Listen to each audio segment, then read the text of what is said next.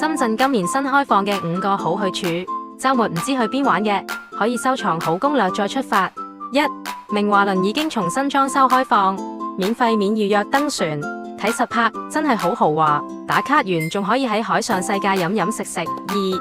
深中通道西人工島開放上島啦，深圳開咗2條觀光線，島上有科普館，高質素親子遊好去處。3.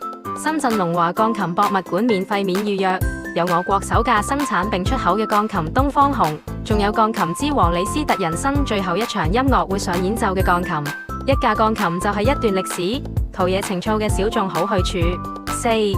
機械之父空山機嘅特展剛剛開幕冇耐，地點喺深圳商館，如果你中意機械美學，好推薦去。5.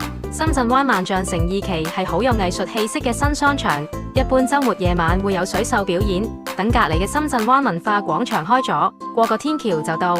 更多深圳新去處持續更新，關注我周末一齊漫遊探索啦！